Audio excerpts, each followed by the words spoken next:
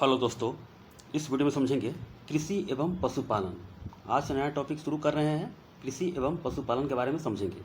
देखिए इसके अंतर्गत जो पढ़ा जाता है कृषि जलवायु प्रदेश, भारत को कितने कृषि जलवायु प्रदेश में बांटा गया है। आपको एग्जाम में छोटा मोटा एग्जाम दीजिएगा तो पूछ लेता है।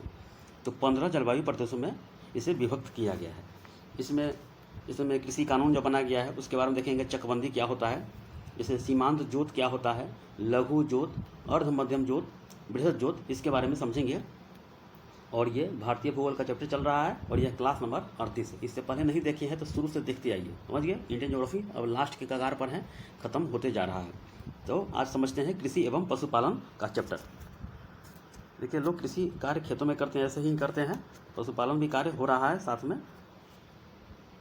चलिए आगे देखते हैं, एक एक करके समझ लेते हैं। कृषि एवं पशुपालन। देखिए, शुरू से ही भारत कृषि प्रधान देश रहा है। तो यहाँ की लगभग 55 से लेकर 60% जनसंख्या जो है कृषि एवं उससे संबंध कार्यों में लगी हुई है। यह एक प्राथमिक क्रिया है। इसके अंतर्गत खेती, पशुपालन एवं मत्स्य पालन तथा वानिकी को शामिल आदि को किया जाता है। भारतीय कृषि की प्रमुख जो विशेषताएं यह है कि देश की लगभग आधी जनसंख्या भरण पोषण करती है। नहीं करेगा तो लोग पैसा थोड़ी कुछ है, यानी कि जब तक आप कृषि नहीं करेंगे तो लोग कैसे खाएगा, अनाज तो होना चाहिए ना। तो लोग आधी जनसंख्या का भरण पोषण करती है, समझ गए। तथा कृषि आधारित उद्योगों को कच्चा माल उपलब्ध कराती है।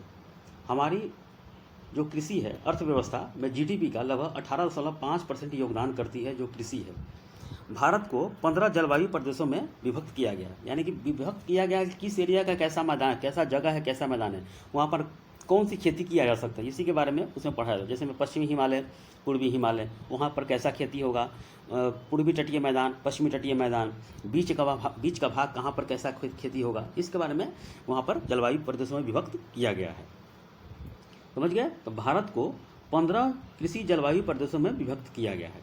भारतीय कृषि मुख्यतः मानसून पर आधारित होती है, इसीलिए इसे मानसून का जुआ बोलते हैं। इसमें देखा जाता है कि देखिए, भारत के किसी कोने में वर्षा बहुत ज़्यादा होता है, किसी कोना में बहुत कम होता है, समझ गया। तो जहाँ पे वर्षा ज़्यादा हुआ तो वहाँ पे कृषि ज़्यादा होता है, नहीं तो अन्यथा सिंचाई के माध्यम से, तालाब के माध्यम से कम होता है। इसी पर इसको बोलते हैं मानसून का जुआ बोलते हैं। समान रूप से भारत के कृषि पर 4 प्रमुख कारकों का प्रभाव हुआ, यानी कि इफेक्ट पड़ा। 4 प्रमुख कारणों का इफेक्ट पड़ता है। देखिए, जो फिजिकल जो कारक है, यानी भौतिक कारक जो है, इसके अंतर्गत जलवायु की विभिन्न दशाएं जैसे वर्षा, तापमान, मिट्टी की उर्वरता, स्थलाकृति, ढाल आदि को शामिल किया जाता है कि वहाँ पर कैसा लोकेशन है, समझिए। जैसे वर्षा, तापमान, मिट्टी की उर्वरता, स्थलाकृति, ढाल आदि को शामिल किया जाता है। संस्थागत जो कारक है, इसके अंतर्गत भूमि सुधार अथवा चकबंदी, काश्तकारी अधिकार, भूमि पुनर्वितरण आदि को शामिल किया जाता है।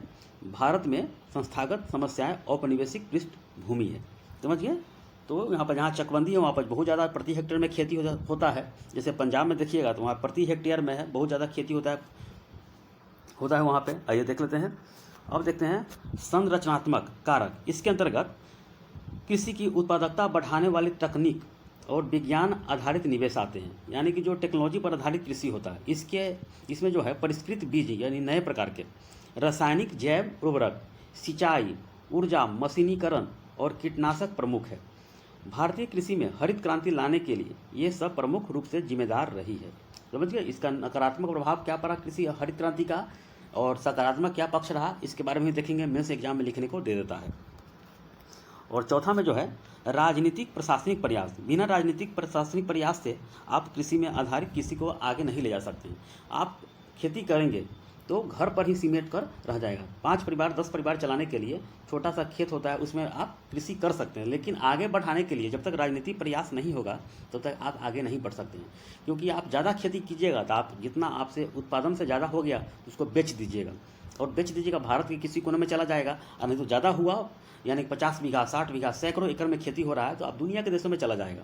वहाँ पे लोग, जहाँ पर खेती नहीं होता है, डिमांड होता है भारतीय कृषि का, क्योंकि यहाँ पे बहुत बड़ा मतलब खेती में, यानी कि 43% मैदान है, तो खेती बहुत ज़्यादा यहाँ पे होता है। जैसे अफ्रीका में भारतीय गेहूँ का डिमांड है, चावल का डिमांड है। इसी प्रकार राजनीतिक प्रभाव प्रयास पड़ता है।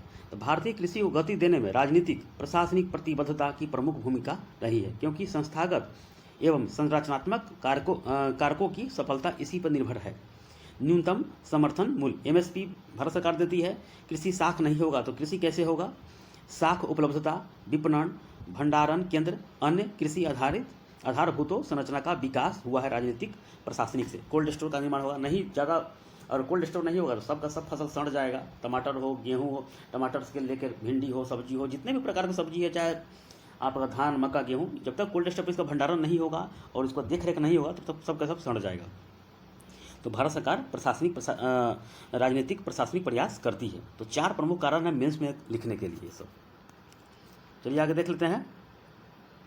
सीमांत जोत क्या होता है? 1 हेक्टेयर से कम जो भूमि होता है वही सीमांत जोत होता है, यानी खेती का जो भूमि होता है। लघु जोत 1 से 2 हेक्टेयर होता है। अर्ध मध्यम जोत 2 से 4 हेक्टेयर। मध्यम जोत 4 से लेकर 10 के बीच में होता है। बृहद जोत जो होता है 10 हेक्टेयर से लेकर इससे अधिक होता है। समझ गए? तो ये सब क्वेश्चन पूछा जा चुका है, मिलान चिन्ह में पूछा जाता है ये। चलिए आगे देख लेते हैं। देखिए अब देखते हैं कृषि जलवायु प्रदेश। भारत को 15 कृषि जलवायु प्रदेशों में विभक्त किया गया है। तो कृषि जलवायु प्रदेश को निर्धारित करने के लिए वहाँ का वर्षा कैसा है, तापमान कैसा है, टेम्परेचर, मिट्टी संबंधित विशेषताएं, यानी कि मिट्टी कैसा है, काला है या लाल है या जलोढ़ है, समझ गए? तो मिट्टी संबंधित विशेषताएं तथा उस क्षेत्र में अपनाई जा सकने वाली कृषि पद्धति एवं वहाँ की पर्यावरणीय समस्याओं को शामिल किया जाता है। समझ गए? भारतीय कृषि जलवायु प्रदेशों को 15 भागों में विभक्त किया गया है। देखिए आप समझ लीजिए, इसमें याद करने की तरीका नहीं। देखिए आप समझ लीजिए, जब भारतीय मैप पढ़े हैं तो पूर्वी हिमालय भाग, ठीक है, दूसरा है पश्चिमी हिमालय भाग। तो पूर्वी हो गया, पश्चिमी हो गया, दो समझ लिए। निम्न गंगा मैदान, मध्य गंगा मैदान, ऊपरी गंगा का मैदान, समझ गए, और ट्रांस गंगा का मैदान। ये तो 4 सीधा याद आपको हो जाएगा, निम्न, मध्य, ऊपरी गंगा, ट्रांस हो गया। तो 4 2 6 तो ऐसे ही हो गया याद आपको। चलिए पूर्वी पठारी एवं पहाड़ी भाग हो गया, पश्चिमी पठारी हो गया, 2 तो ऐसे ही याद हो गया। मध्य पठारी हो गया, 3 ऐसे ही याद हो गया। दक्षिणी पठारी भाग वैसे ही याद हो गया। पूर्वी तटीय मैदान ये हो गया, और पूर्वी घाट जो है वहाँ का क्षेत्र। पश्चिमी तटीय मैदान, ठीक है, और पश्चिमी घाट हो गया, ऐसे ही याद हो गया। पश्चिमी शुष्क प्रदेश और गुजरात का मैदानी भाग, ये 14 हो गया, और 15वां हो गया द्वीपीय, यानी कि द्वीप हो गया, अंडमान निकोबार द्वीप समूह और लक्षद्वीप का ये हो गया। तो 15 ऐसे ही आपको याद हो गया। समझ गए? 2-3 बार देखिएगा, रिवीजन कीजिएगा, सबके सब क्लियर हो जाएगा। चलिए आगे देख लेते हैं। अब देखते हैं भूमि सुधार क्या था। आज़ादी के बाद 1948 में भूमि सुधार संबंधी कानून बनाया गया। इसके मुख्य 3 पहलू था। ये 3 पहलू एग्जाम में अक्सर पूछा जा चुका है। बिहार में अक्सर पूछा जाता है ये। चकबंदी, उत्तर प्रदेश में भी पूछा जाता है। चकबंदी क्या होता है? चकबंदी के द्वारा जोत के आकारों को और छोटा होने से रोकने के लिए भूमि को इकट्ठा कर बड़े जोतों के माध्यम से सहकारी कृषि पर बल दिया जाता है। यानी कि चकबंदी जो होता है, देखिए गांव देहात में अभी भी है, बिहार चाहे उत्तर प्रदेश तरफ, चकबंदी व्यवस्था जल्दी लागू नहीं किया गया है। क्योंकि किसी व्यक्ति या खेत, अगर मान लीजिए ये रोड हो गया, किसी व्यक्ति का खेत इधर भी हो गया, इधर भी हो गया, रोड के इस साइड में भी हो गया, इस साइड में भी हो गया, जहाँ जहाँ है अलग अलग भूमि पर है, तो उसको चकबंदी के अंतर्गत क्या होता है कि ये जितने भी खेत है सबको एक जगह दे दिया जाता है। और यहाँ का जो खेत वाला मालिक जो होगा उसको इस साइड में जहाँ उसको मन है, जिसमें 5 बीघा, 7 बीघा, 10 बीघा, सैकड़ों एकड़ में है, तो उसको एक साथ उसको मिला दिया जाता है। तो वहाँ पर खेती करने में आसानी होता है। देखते हैं पंजाब में चकबंदी व्यवस्था है, तो प्रति हेक्टेयर में कितना उत्पादन होता है, बहुत ज़्यादा वहाँ पे उत्पादन होता है। तो एक खेत, जैसे एक खेत यहाँ पे हो गया, एक खेत यहाँ पे हो, तो वहाँ पे खेती अच्छा नहीं होगा, क्योंकि यहाँ पे धान लगा दिया, इसके बीच में कुछ और लगा दिया, तो सिर्फ पेट चलाने के लिए, वो कार्य चलाने के लिए होता है।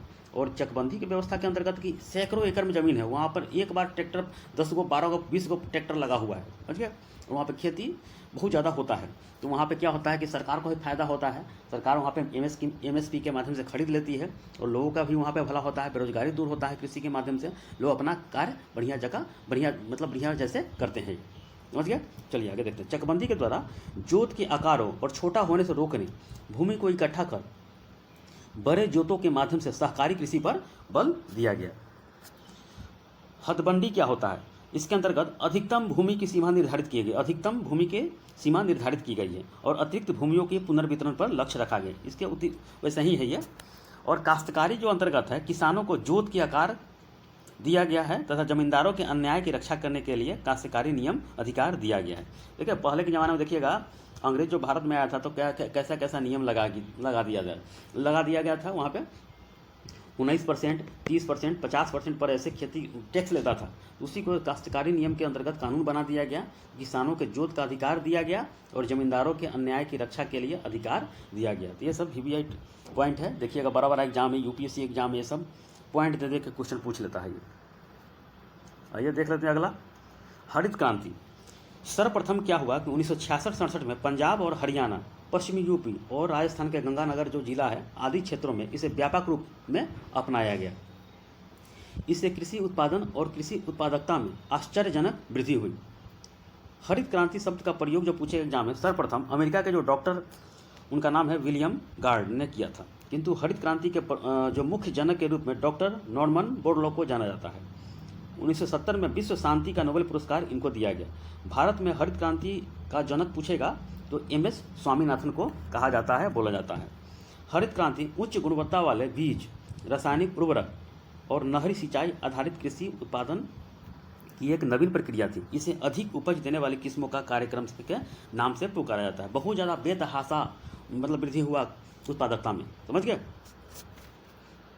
आइए देखते हैं, सबसे ज़्यादा पंजाब को फायदा हुआ और इसमें सकारात्मक या नकारात्मक जो पक्ष रहा, यानी कि लाभ और हानि क्या होता है हरित क्रांति आने से। देखिए, खाद्यान्नों के उत्पादन में तीव्र वृद्धि तथा खाद्यान्न क्षेत्र में विशेष प्रगति हुई।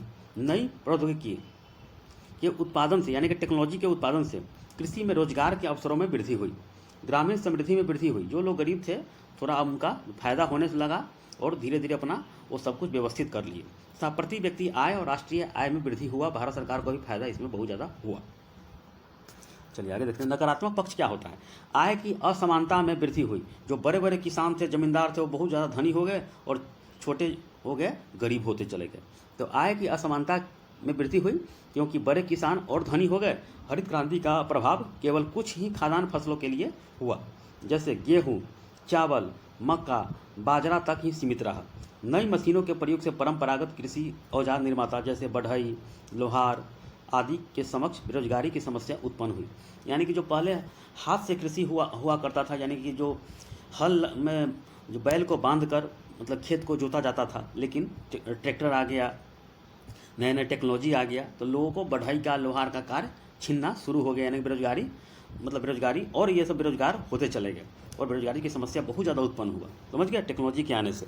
इसका भी ये कारण है जिसके कारण आत्मनिर्भर ग्रामीण अर्थव्यवस्था प्रभावित होने लगा। लोग शहरों की तरफ पलायन हो गए और मजबूर होते चले गए, या दूसरे राज्यों में अपना कार्य करने में लग गए। रासायनिक उर्वरकों के अधिक प्रयोग से जल, वायु और मृदा प्रदूषण में वृद्धि हुई तथा मृदा उर्वरता का ह्रास हुआ, समझ गए।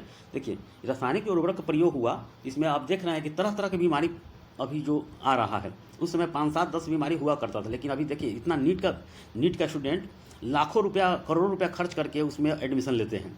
क्या है, इतना तरह का हॉस्पिटल तरह तरह के बनता जा रहा है, इतना डॉक्टर बन रहा है। किसके लिए? ये सब के लिए। ये जिम्मेदार कौन है? उर्वरक है, समझ गए। पहले जो होता था जैविक कृषि होता था, जिसमें जो चूल्हा पर खाना बनता था तो उसका राख लेकर खेतों में डाल दिया जाता था, तो वहाँ पे वो उसको जैविक कृषि बोलते थे। यानी कि पेड़ पौधा सड़ के पत्ता गल कर सड़ गया, उसमें जोत कर दिया और उसमें खेती होता था। लेकिन अब जो ट्रैक्टर है और ये सब जो राख हुआ, वो राख भी नहीं मिल पाता है। तो भारत सरकार ने अभी फिलहाल ये तब कई जगह उसको बोल दिया कि जैविक कृषि करे, लेकिन ये सब इतना ह्रास कर रहा है कि यहाँ के प्रदूषण, ये वातावरण बहुत प्रदूषित हो चुका है। रासायनिक उर्वरकों का प्रयोग से तरह देखिएगा कि कम उम्र में बीमारी हो रहा है, चीनी का बीमारी हो गया, डायबिटीज हो गया, बहुत कुछ हो गया, समझ गए। समस्या शरीर में हड्डी, यानी कि बोन में हड्डी में दर्द हो गया, किसी का फ्रैक्चर, शरीर कमजोर होता जा रहा है। आने वाले समय में, उस समय लोग 150 ईयर्स लोग जीता था, समझ गए, कम से कम। लेकिन अब क्या है, 60, 55, 60, इसमें शरीर का जो मांसपेशी है सिकुड़ जाता है। देखिए गाल पे रौनकता देखिएगा, सिकुड़ जाता है। तो ये क्या है? इसी सब का ये हरासमेंट है, ये सब इसी का परिणाम है, रिजल्ट है इसी का। तो ये सब नकारात्मक पक्ष है ये। चलिए आगे देख लेते हैं। द्वितीय हरित क्रांति 1990 के दशक में, जो उसमें मध्य में द्वितीय हरित क्रांति की अवधारणा का विकास हुआ। इसे सदाबहार क्रांति भी कहा गया। प्रथम हरित क्रांति से भिन्न द्वितीय हरित क्रांति में सभी फसलों को इसमें शामिल किया गया एवं कृषि उत्पादकों को शामिल किया गया। द्वितीय हरित क्रांति में धारणीय कृषि पद्धति के जैविकीय उर्वरकों एवं कीटनाशकों का प्रयोग किया गया, यानी कि जैविक बोलकर जैविकीय कृषि का मतलब उर्वरकों का प्रयोग किया जाने लगा। इस योजना के अंतर्गत कृषि के सतत विकास हेतु आधारभूत संरचना तथा संस्थागत ढांचे को मजबूत करना, जैसे शीत भंडार यानी कोल्ड स्टोरों की व्यवस्था किया गया, सड़क योजनाएं शुरू किया गया इसलिए ये एक जगह से दूसरे जगह जा सके हमारा अनाज। कृषि उत्पादकों के विपणन की सुविधा किया गया, दूर संचार का विकास किया गया कि मतलब कहीं से कहीं किसी सामान को मंगाया जा सके। मूल्य परिवर्तन हेतु कृषि प्रसंस्करण पर बल देना आदि को शामिल किया गया। चलिए आगे देख लेते हैं। तृतीय पंचवर्षीय योजना रहा उस समय, मैंने आपको बता दिया इकोनॉमिक्स में सब के सब 56 वीडियो में क्लियर किया गया है। कुछ अपडेट करना है, जैसे में महारत्न कंपनी बढ़ गया है तो उसको अपडेट कर देंगे, बाकी आप देख लीजिएगा शुरू से उसमें मैंने आपको बता दिया है। तो तृतीय पंचवर्षीय योजना 1961 से लेकर 66 के बीच में चलाई है। इसमें जो पूछेगा किस मॉडल पर चला, तो सैंडी, चक्रवर्ती और महाल लोविस के मॉडल पर आधारित था ये। इसका मुख्य उद्देश्य क्या रहा, कृषि एवं उद्योग को बढ़ावा, यानी कि आत्मनिर्भर एवं स्फूर्त अर्थव्यवस्था को शामिल करना। सबसे असफल योजना बोला जाता है अब तक। इसमें अंतिम समय में हरित क्रांति 1966 में प्रारंभ किया गया। भारत में हरित क्रांति के जनक पूछेगा तो MS स्वामीनाथन को बोला जाता है। हरित क्रांति शब्द पूछेगा तो विलियम गॉर्ड को बोला जाता है। दुनिया में हरित क्रांति के जनक पूछेगा तो अमेरिकी वैज्ञानिक नॉर्मन बोरलॉ को बोला जाता है। हरित क्रांति का केंद्र पूछेगा तो यूपी शामली जिला है। सर्वाधिक लाभ पूछेगा तो पंजाब को हुआ। देखिए हरित क्रांति में उन्नत बीज पूछेगा तो HYV हाई यील्ड वैरायटी का प्रयोग किया गया प्रथम में, और द्वितीय पूछेगा तो GM जेनेटिकली मॉडिफाई को बढ़ावा दिया गया। तो दोनों में अंतर देख लीजिएगा, अक्सर एग्जाम में क्वेश्चन पूछ लेता है ये। तो गेहूं के उत्पादन में बढ़ा प्रथम में, धान पर प्रभाव नहीं पड़ा, धान ज्यों का त्यों रहा। मोटे अनाज पर जोर दिया गया, दलहन एवं तिलहन घटा। बोकारो स्टील प्लांट झारखंड में जो स्थापित किया गया USSR के सहयोग से। USSR को वर्तमान में बोलते हैं कौन सा, ये रसिया को बोलते हैं, रूस को बोलते हैं। उस समय 15 भाग में था, उसको 1991 में तोड़ दिया गया। 1991 में रसिया को USSR को तोड़ दिया गया। चलिए 1962 में चीन से युद्ध हो गया। द्वितीय हरित क्रांति में नेहरू जी की मृत्यु हो गई 27 मई 1964 को। 1965 में पाकिस्तान से युद्ध हो गया। 1966 में बहुत ज़्यादा सूखा हो गया। उसी समय लाल बहादुर शास्त्री ने उसमें नारा दिए थे, जय जवान जय किसान का नारा दिए थे। 1966 से 69 तक योजना अवकाश यानी प्लान हॉलीडे चलाया गया। इसमें वार्षिक योजना बनाया गया, रुपये का अवमूल्यन किया गया। इतना ध्यान रखिएगा बात सब।